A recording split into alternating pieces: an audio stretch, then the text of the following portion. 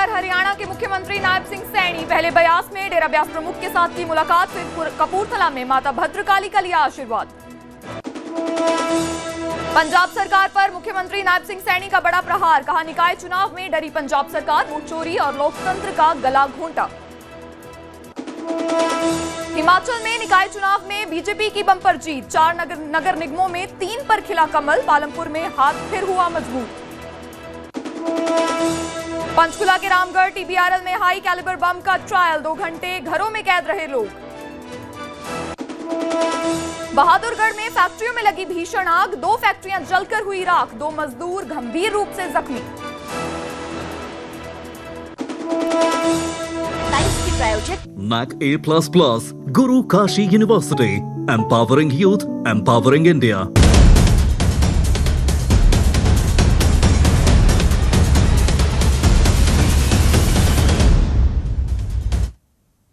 नमस्कार, आप देख रहे हैं हरियाणा प्राइम और मैं हूं आपके साथ जैस्मिन कौर। बुलेटिन का आगाज करेंगे कुरुक्षेत्र से आ रही इस खबर के साथ।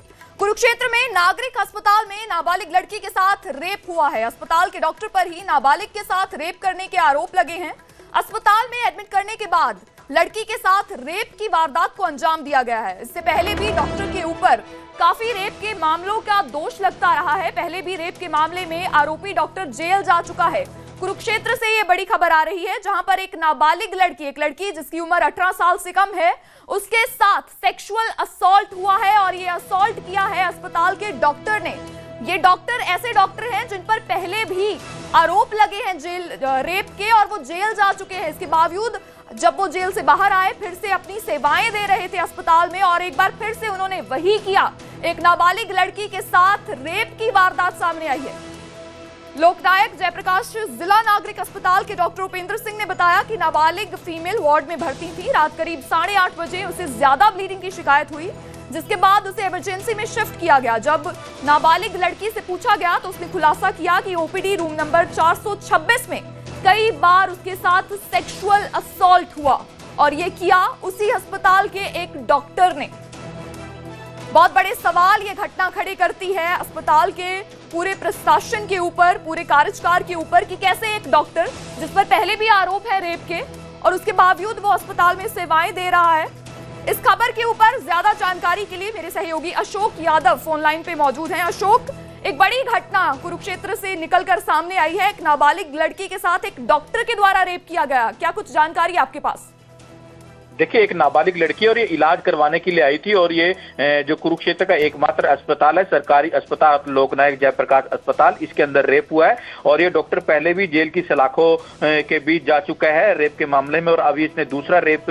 तो इसको लेकर जो अस्पताल के जो डॉक्टर हैं उन्होंने बाकायदा पुष्टि की है और बाकायदा जो अस्पताल है वही अनसेफ है। कहीं ना कहीं अस्पताल के ऊपर इतने बड़े सवाल उठने लाजमी है कि डॉक्टर जिन्हें कहा जाता है कि भगवान का दर्जा दिया जाता है, वही इस तरह की घिनौनी हरकत करें। और जो कुरुक्षेत्र का एकमात्र सरकारी अस्पताल है लोकनायक अस्पताल में इतनी बड़ी घिनौनी वारदात हो और डॉक्टर जिस तरह से नाबालिग बच्ची के साथ इस तरह से रेप कर रहा है तो का दावा बार बार विफलता दिखाई दे रहा है। और जो कुरुक्षेत्र का एकमात्र ये अस्पताल है, इलाज करने वाला डॉक्टर है और डॉक्टर ने ही जो नाबालिग पीड़ित बच्ची है उसके साथ रेप किया है और उसके पिता भी अस्पताल में ही दाखिल हैं, तो अलग अलग वार्ड में दाखिल थे। हालांकि जो उसके पिता हैं वो पुरुष वार्ड में दाखिल थे और जो नाबालिग बच्ची है ये महिला वार्ड में दाखिल थी। वार्ड में जाकर इस तरह से घिनौनी हरकत करना तो कहीं ना कुरुक्षेत्र शहर को बदनाम, और ये घिनौनी हरकत को देखते हुए जो कुरुक्षेत्र का एकमात्र अस्पताल है लोकनायक जयप्रकाश, इस पे जरूर सवालिया निशान खड़े हो रहे हैं। अशोक, मैं जानना चाहूंगी कि क्या डॉक्टर को गिरफ्तार कर लिया गया है और इसी के साथ ये भी जरूर बताइए कि वार्ड में कोई और मरीज नहीं था जिस वक्त लड़की के साथ ये घिनौनी हरकत की गई है? देखिए, जो दूसरे डॉक्टर हैं जिनका बाकायदा मीडिया के सामने पक्ष रखा है, उन्होंने बताया कि डॉक्टर इनके वार्ड में जाकर ये घिनौनी हरकत की है, रेप की है और क्यों ना ये जो बाकी जो डॉक्टर हैं इसको अभी फिलहाल पुलिस से पूरी तरह से पुलिस को जो कहा जा सकता है प्रथम दृष्टया पहले बेटी का जो नाबालिग पीड़ित बेटी है उसका मेडिकल करवाया जा रहा है और उसके बाद पुलिस कहीं ना कहीं इस जो डॉक्टर है घिनौनी हरकत करने वाले डॉक्टर हैं इसको गिरफ्तार करेगी। इससे पहले भी जेल की सलाखों में इसी मामले में जो अलग मामला था जो किसी महिला से रेप किया था, उस मामले में जेल की सलाखों में 5-6 महीने सजा काट चुके हैं। और अब इस डॉक्टर को इस अस्पताल में दोबारा जो डेपुटेशन पे लगाया जाना, कहीं ना कहीं जो क्यों लगाया गया डेपुटेशन पे और दोबारा नियुक्ति क्यों की गई, तो इस पर भी बड़े सवाल खड़े हो रहे हैं। जी बहुत बहुत शुक्रिया इस तमाम जानकारी के लिए। अशोक जुड़े थे हमारे साथ। लोकनायक जयप्रकाश जिला नागरिक अस्पताल कुरुक्षेत्र, सवालों के घेरे में ये अस्पताल है और ये कोई प्राइवेट हॉस्पिटल नहीं है, सरकारी अस्पताल है, जहां पर एक डॉक्टर जिस पर पहले भी आरोप है रेप का, उसने एक बार फिर से वही घटना दोहराते हुए एक नाबालिग लड़की के साथ सेक्सुअल असॉल्ट किया है और इतनी बुरी तरह से उसके साथ ये वारदात को अंजाम दिया गया कि हैवी ब्लीडिंग की शिकायत उनको हुई। रात 8:30 बजे की ये घटना जब उनसे पूछा गया तो उन्होंने बताया कि बार बार उनके साथ सेक्सुअल असॉल्ट किया गया है डॉक्टर के द्वारा। सूचना हमारे द्वारा दी गई थी। मैं कल रात को 30 की नाइट को इमरजेंसी ड्यूटी पे था, रात के 8 बजे आया था। तो एक बच्ची थी लगभग 15 साल की, तो वो हमारे यहाँ कंसल्टेंट डॉक्टर शैलेंद्र सैली द्वारा फीमेल वार्ड में 29 तारीख को दाखिल की गई थी। और उसके बाद वो कल इमरजेंसी में आई कि उसके अचानक से पीवी ब्लीडिंग हो रही थी। तो जब हमने चेक किया तो उसके बाद हमने उसे चेक किया और उसे तुरंत इलाज दिया। उसके बाद हमने लेडी डॉक्टर को कॉल किया और उन्होंने उनका इलाज किया। जब हमने थोड़ी देर मरीज से बात की और उसे सांत्वना दी तो उसने उसके साथ जो प्रकरण हुआ उसके बारे में हमें पूरा विस्तृत रूप से बताया। उसने बताया कि वह 29 तारीख को दिखाने के लिए आई थी कंसल्टेंट डॉक्टर शैलेंद्र सैली के पास, ओपीडी रूम नंबर 426 में। तो उसने बताया कि वहीं पे उसके साथ एग्जामिनेशन टेबल के ऊपर गलत काम किया गया है कुछ। आगे बढ़ेंगे और बात करेंगे मुख्यमंत्री नायब सिंह सैनी की। कपूरथला में मुख्यमंत्री नायब सिंह सैनी ने एक बड़ा बयान दिया है। एक बार फिर से उन्होंने पंजाब सरकार के ऊपर निशाना साधा है। उन्होंने कहा कि पंजाब में लोकतंत्र का गला घोंटा गया है, वोट चोरी पंजाब में दिखी है, पंजाब के चुनाव में गुंडागर्दी हुई है, पंजाब के लोग सब कुछ जानते हैं, पंजाब के लोगों ने बीजेपी को जिताने का मन बनाया है। ये बड़े बयान जो मुख्यमंत्री नायब सिंह सैनी देते हुए नजर आए हैं, पंजाब सरकार पर उन्होंने निशाना साधा है। आपको बता दें कि बीती 26 मई को पंजाब में नगर निगम के चुनाव थे, नगर निकाय के चुनाव थे, जिसके बाद 29 मई को नतीजे सामने आए हैं। कुछ झड़प की तस्वीरें जरूर अलग अलग वार्डों से नजर आई थी, उस पर ही नायब सिंह सैनी ये बयान देते नजर आए हैं। उन्होंने कहा है कि पंजाब में लोकतंत्र का गला घोंटा गया है, पंजाब में वोट चोरी हुई है, चुनाव में गुंडागर्दी हुई है। जाहिर तौर पर आम आदमी पार्टी भाजपा की विरोधी पार्टी है, तो नायब सिंह सैनी अपने विरोधियों के ऊपर ताना मारते नजर आए। उन्होंने कहा कपूरथला दौरे पर जब वो पहुंचे तो उन्होंने कहा कि पंजाब में डेमोक्रेसी का मर्डर हुआ है। नायब सिंह सैनी कपूरथला दौरे पर पहुंचे थे, इसी दौरान उन्होंने ये बयान दिया। कपूरथला में शेखुपुरा स्थित माता भद्रकाली मंदिर में उन्होंने माथा टेका। इसके बाद सीएम ने प्रेस कॉन्फ्रेंस कर पंजाब सरकार के ऊपर जमकर निशाना साधा। इससे पहले वो डेरा प्रमुख से भी मुलाकात कर आए थे। तो आज पंजाब पहुंचे हैं नायब सिंह सैनी और पंजाब पहुंचकर उन्होंने पंजाब सरकार के ऊपर ही निशाने साधे हैं। और ये निशाने साधे हैं इलेक्शन को लेकर जो बीती 26 मई को हुई है, जिसके नतीजे 29 मई को आए। इसी के साथ वो ये भी कहते नजर आए हैं कि पंजाब के लोगों ने बीजेपी को जिताने का मन बना लिया है। हालांकि इस इलेक्शन में आम आदमी पार्टी एक बड़ी पार्टी बनकर उभरी है, लेकिन नायब सिंह सैनी का यह बयान बड़े मायने रखता है।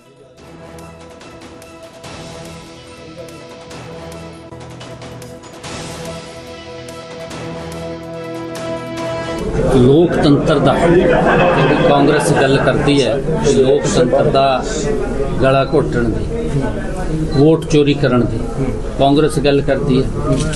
ਕਿਉਂਕਿ ਆਮ ਆਦਮੀ ਪਾਰਟੀ ਤੇ ਕਾਂਗਰਸ ਇੱਕ ਹੀ ਚੀਜ਼ ਨੇ, ਦੋਨਾਂ ਦਾ ਸਬੰਧ ਸੀ, ਦੋਨਾਂ ਦਾ ਗਠਜੋੜ ਸੀ ਔਰ ਦੋਨੋਂ ਇੱਕ ਹੀ ਵਿਚਾਰਧਾਰਾ ਤੇ ਚੱਲਦੇ ਨੇ।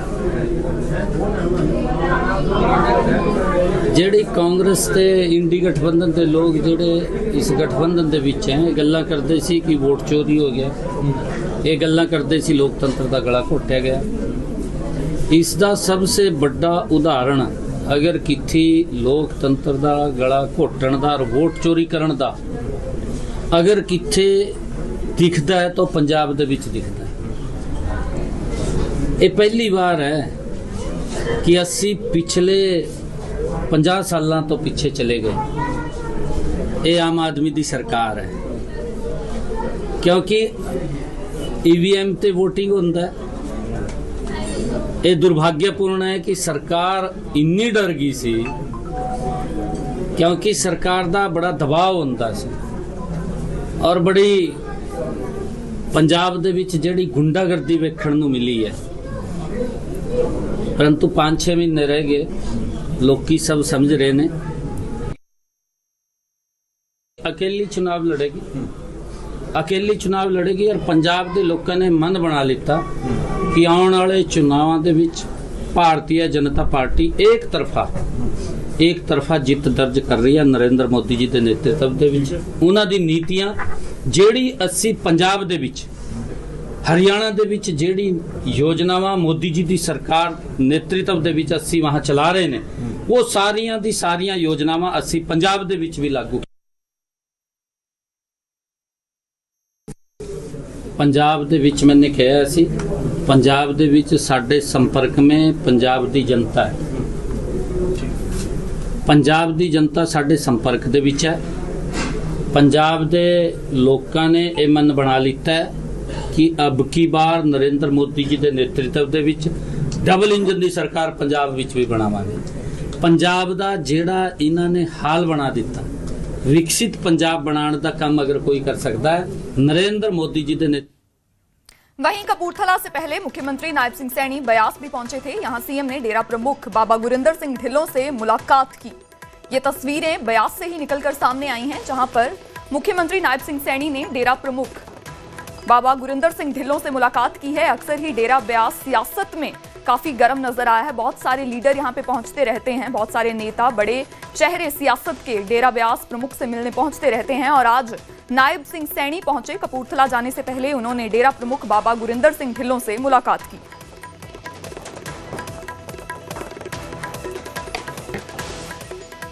हिमाचल में निकाय चुनाव के नतीजों से जुड़ी बड़ी खबर निकलकर सामने आ रही है। निकाय चुनाव में बीजेपी की बंपर जीत हुई है। 4 में से 3 निगमों में बीजेपी का कब्जा देखने को मिला है। मंडी, सोलन और धर्मशाला में बीजेपी को बड़ी जीत मिली है। वहीं पालमपुर में कांग्रेस जीती है। हिमाचल निकाय चुनाव से जुड़ी आपको एक बड़ी खबर बता दें, 4 निगमों में से 3 निगमों के रिजल्ट सामने आए हैं, जिसमें बीजेपी जो है एक बड़ी पार्टी बनकर सामने आई है।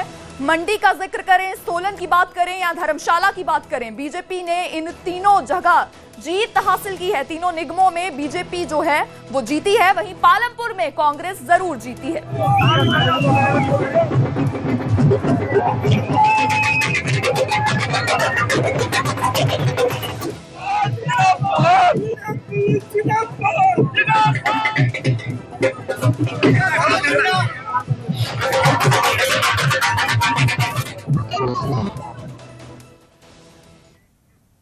मेरे साथ तुलसी जुड़े हैं। तुलसी, जीत मिली है भाजपा को हिमाचल में 3 जगह, मंडी, सोलन और धर्मशाला चुनाव में। कैसा माहौल नजर आ रहा है? बीजेपी में खुशी की लहर दिख रही होगी जरूर।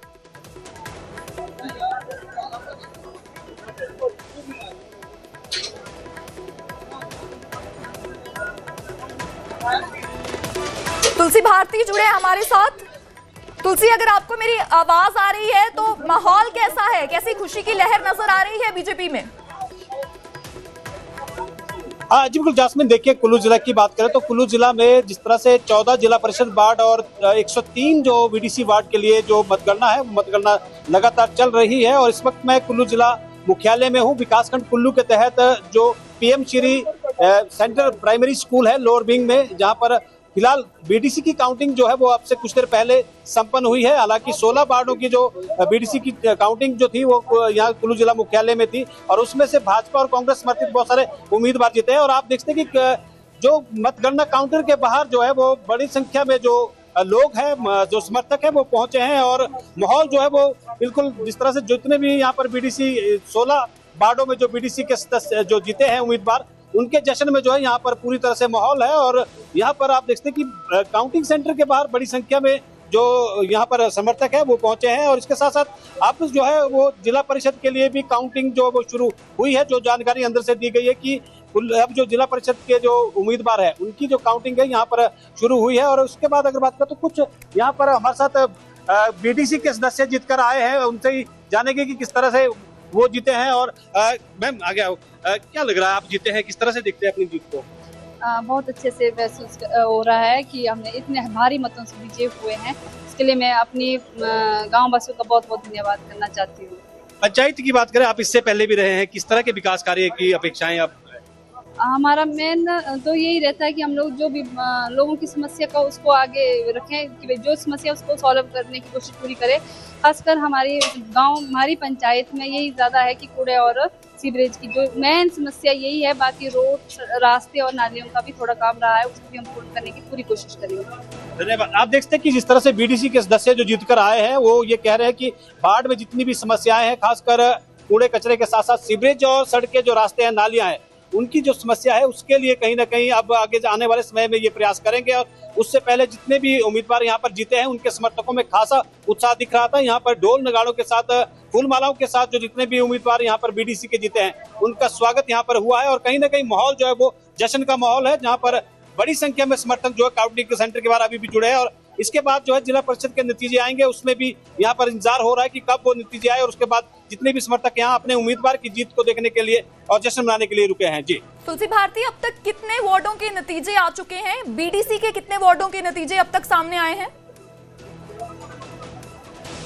देखिए, कुल्लू जिला की बात करें तो 103 जो वार्डों में बीडीसी के जो चुनाव हुए थे उसमें से लगभग 70 से 80% जो बीडीसी के जो नतीजे हैं वो आए हैं। और कुल्लू जिला विकासखंड कुल्लू की अगर बात करें तो यहाँ पर 16 जो उम्मीदवार थे उनके सब के नतीजे जो है वो यहाँ पर आए हैं। और उसके बाद यहाँ पर जितने भी 16 वार्डों से जीते हुए जो प्रतिनिधि है, चाहे वो भाजपा समर्थित है, कांग्रेस समर्थित है, और वो जो है यहाँ पर जश्न मनाया उन्होंने। कुल्लू जिला की बात करें तो अभी भी कई ऐसे बीडीसी के जो रिजल्ट है वो सामने आने बाकी है, जिसके लिए काउंटिंग जो है वो कुल्लू जिला की बात करें तो 6 मतदान केंद्र जो है आज मतगणना केंद्र जो है आज बनाए गए हैं, जहां पर इस तरह की काउंटिंग हो रही है। कुल्लू जिला में 6 ब्लॉक है, ब्लॉक स्तर पर इस तरह की काउंटिंग जो हो रही है, चाहे वो कुल्लू की बात करें, नगर की बात करें, भुंतर की बात करें, बंजार की बात करें, आनी की बात करें या निर्मंड, ये कुल 6 ब्लॉक है जहां पर 103 बीडीसी के जो उम्मीदवार है उनका जो रिजल्ट यहाँ पर घोषित हो रहा है। और लगभग 80% जो बीडीसी के उम्मीदवार है उनका जो रिजल्ट है वो आउट हो चुका है। अब अभी तक अगर बात करें तो फाइनल आंकड़े का इंतजार किया जा रहा है। और कई जगह पर जिला परिषद इस तमाम जानकारी के लिए तुलसी जुड़े थे। आभार व्यक्त करते हैं जिन्होंने बहुत बड़ा समर्थन भारतीय जनता पार्टी को यहाँ नगर निगम के चुनाव में दिया। और मैं इस बात को भी स्पष्ट कर रहा हूँ कि हिमाचल प्रदेश में नगर पंचायत के चुनाव का परिणाम निकला, उसमें भी भाजपा आगे है। नगर पंचायत का और नगर परिषद के चुनाव दोनों में आगे हैं। पंचायत के चुनाव निकले हैं, लगभग 70% पंचायत के प्रधान भाजपा समर्थित आए हैं हिमाचल प्रदेश में। और ऐसे में बात आ रही थी कि ये चुनाव जो है सिंबल पर नहीं होते हैं, पार्टी सिंबल पर नहीं होते हैं, लेकिन मंडी नगर निगम का चुनाव तो पार्टी के सिंबल पर था, धर्मशाला का चुनाव जो नगर निगम का पार्टी के सिंबल पर था। दोनों जगह प्रचंड बहुमत के साथ भारतीय जनता पार्टी की जीत हुई है। मंडी में तो एक सीट सिर्फ गलती से छूट गई, भाजपा जहां जीत नहीं पाई। और इसके अलावा भारतीय जनता पार्टी ने 14 में से 12 सीटों पर जीत हासिल की है। जयराम ठाकुर बार बार ये बात कह रहे हैं कि मंडी भाजपा की थी, भाजपा की है और भाजपा की रहेगी। शायद आज के जो परिणाम है उन्होंने एक बार फिर साबित कर दिया है कि जयराम ठाकुर जो दावा कर रहे हैं उस दावे के साथ कहीं ना कहीं मंडी की जनता भी जो है वो भारतीय जनता पार्टी के साथ चल रही है। इस वक्त आप जो है वो मेरे पीछे देख सकते हैं, भारतीय जनता पार्टी यहाँ पर बहुत बड़े स्तर पर जो है वो जुलूस निकाला हुआ है, जश्न मना रही है। और जश्न का कारण है मंडी में एक बार फिर से भाजपा की ऐतिहासिक जीत। 2021 में जब नगर निगम मंडी का गठन हुआ था तो उस वक्त जब भाजपा ने यहाँ पर चुनाव लड़ा तो 15 सीटों में से 11 सीटों पर भाजपा ने वो जीत दर्ज की थी, कांग्रेस के खाते में 4 सीटें आई थी। लेकिन अगर हम 5 वर्षों के बाद अब दोबारा जब यहाँ पर चुनाव हुआ है और आज के परिणामों की बात करें तो 15 में से 14 सीटों पर जो वो चुनाव हुआ, क्योंकि एक सीट पर विरोध के चलते मतदान नहीं हो सका, उन 14 सीटों में से 12 सीटों पर भाजपा ने जो है अपना कब्जा जमाया है। कांग्रेस के खाते में मात्र 1 सीट आई है और 1 सीट पर निर्दलीय ने अपना जीत का परचम लहराया है। हम कह सकते हैं कि कहीं ना कहीं यहाँ पर भारतीय जनता पार्टी ने गेन किया है, 1 सीट की बढ़त हासिल की है, लेकिन कांग्रेस ने वहीं पर जो है वो अपनी 3 सीटें खोकर मात्र 1 सीट पर जो है वो सिमट कर रह गई है। हालांकि जो निर्दलीय जीती हैं वो कांग्रेस पार्टी से ही समर्थित हैं और कांग्रेस पार्टी से हटकर ही उन्होंने जो वो निर्दलीय चुनाव लड़ा था। लेकिन अगर आधिकारिक रूप से बात करें तो कांग्रेस पार्टी को सिर्फ एक सीट मिली है। और जिस प्रकार से बार बार जयराम ठाकुर की तरफ से कहा जा रहा है कि मंडी भाजपा की थी, है और रहेगी, उस पर कहीं ना कहीं इस बार भी मंडी की जनता ने अपने मोहर लगाई है। न्यूज़ 18 हिमाचल के लिए मंडी से वीरेंद्र भारद्वाज। उधर सोलन में नगर निगम चुनाव में बम्पर जीत के बाद बीजेपी में जश्न का माहौल देखने को मिला। यहां 17 में से 10 वार्ड बीजेपी जीत चुकी है। नगर निगम की सत्ता पर कब्जे की उम्मीद लगाए बैठी कांग्रेस के हाथों से ये मौका रेत की तरह फिसल गया। देश में सत्ता में होने के बावजूद कांग्रेस नगर निगम में बहुमत जुटाने में असफल रही है। दूसरी ओर भाजपा ने विपक्ष में रहते हुए संगठनात्मक मजबूती और जमीनी रणनीति के दम पर नगर निगम की सत्ता अपने नाम कर ली है। इस जीत के बाद बीजेपी के जीते हुए प्रत्याशियों में भी खुशी की लहर देखने को मिली है। सबसे पहले मैं अपनी कुल देवी को नमन करते हुए वार्ड नंबर 15 के सभी मतदाताओं को हार्दिक धन्यवाद करता हूं कि जिन्होंने विकास के ऊपर मोहर लगाई है। ना वो कभी किसी क्षेत्र में पड़े हैं, ना उन्होंने क्षेत्रवाद को देखा है, केवल और केवल विकास को देखा है। और हम हर वक्त हर क्षेत्र का, पूरे वार्ड का समान समग्र विकास करेंगे और वार्ड नंबर 15 को आने वाले समय में सोलन नगर निगम में एक आदर्श वार्ड बनाएंगे। ये जो मैं सबसे पहले तो सोलन की मजबूत जनता का बहुत बहुत धन्यवाद करना चाहता हूँ, जिन्होंने इतनी भारी मतों से हम लोगों को जिताया है। और मैं विश्वास दिलाना चाहता हूँ कि आने वाली जो भी नगर निगम हमारी बनेगी, उसमें सोलन की जनता का जो है वो सबसे पहले हित देखा जाएगा और लूट खसुट को बंद की जाएगी, भ्रष्टाचार पर लगाम लगाया जाएगा। जब ईश्वर साथ होता है ना, तो उसका जवाब फिर ऊपर वाला ही देता है। ये एक बहुत अच्छा सवाल किया आपने। आज उन सभी लोगों को बहुत अच्छा जवाब मेरी वार्ड नंबर 12 की जनता ने खुद ही दे दिया, कौन क्या है कौन क्या नहीं है। जो व्यक्ति ईमानदार होता है, ईमानदारी से अपना चुनाव लड़ता है। और हमें भारतीय जनता पार्टी में सिखाया जाता है कि संगठन में कैसे चला जाता है और किस तरह से चला जाता है। आज मैं पूरी टीम को, भारतीय जनता पार्टी को तहे दिल से अपना धन्यवाद करना चाहती हूँ। प्रधानमंत्री नरेंद्र मोदी ने आज मन की बात की। हरियाणा में बीजेपी नेताओं और मंत्रियों ने भी पीएम मोदी की मन की बात सुनी। हरियाणा के कैबिनेट मंत्री अनिल विज ने अंबाला में पीएम मोदी की मन की बात को सुना। इस दौरान उन्होंने पीएम मोदी की ओर से बताए गए मुद्दों को उल्लेखनीय बताया।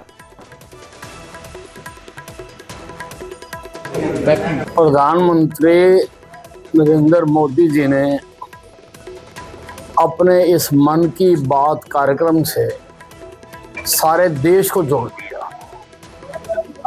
भिन्न भिन्न क्षेत्रों में कहां पर कौन कौन से प्रेरणादायक काम हो रहे हैं, कौन कौन से लोग क्या क्या कीर्तिमान स्थापित कर रहे हैं, उन सब अनसंग हीरोज को सारे देश के सामने लाने का वो लगातार प्रयास कर रहे हैं। इस मन की बात के कार्यक्रम से पहले शायद ही लोग देश को इतनी अच्छी तरह से जानते होंगे जितना आज जानते हैं। और हर उनकी बात में प्रेरणादायक बातें हैं। अब बात पंचकुला की करेंगे। यहां रामगढ़ स्थित टीबीआरएल में हाई कैलिबर बम का ट्रायल हुआ है। इस ट्रायल के दौरान प्रशासन की ओर से 2 घंटे तक लोगों को घरों में रहने के निर्देश दिए गए थे। इस दौरान बड़े स्तर पर नियंत्रित विस्फोट किए जाने की संभावना को देखते हुए सुरक्षा व्यवस्था को भी मजबूत किया गया था। वहीं विस्फोट के दौरान तेज धमाकों की आवाजें सुनाई दी और धुएं के उबार हवा में दिखे।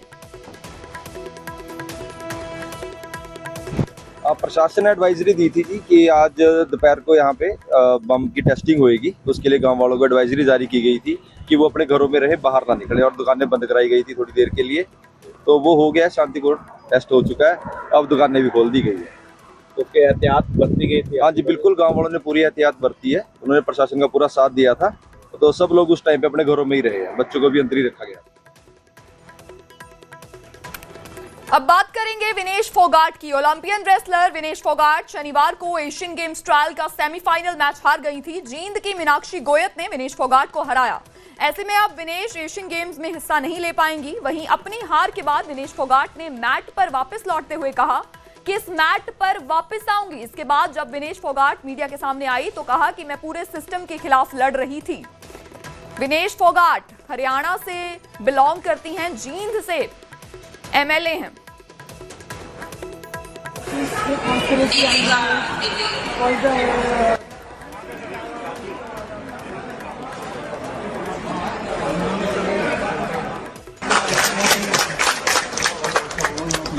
चलो भाई। Mansi railway versus Deepika Delhi.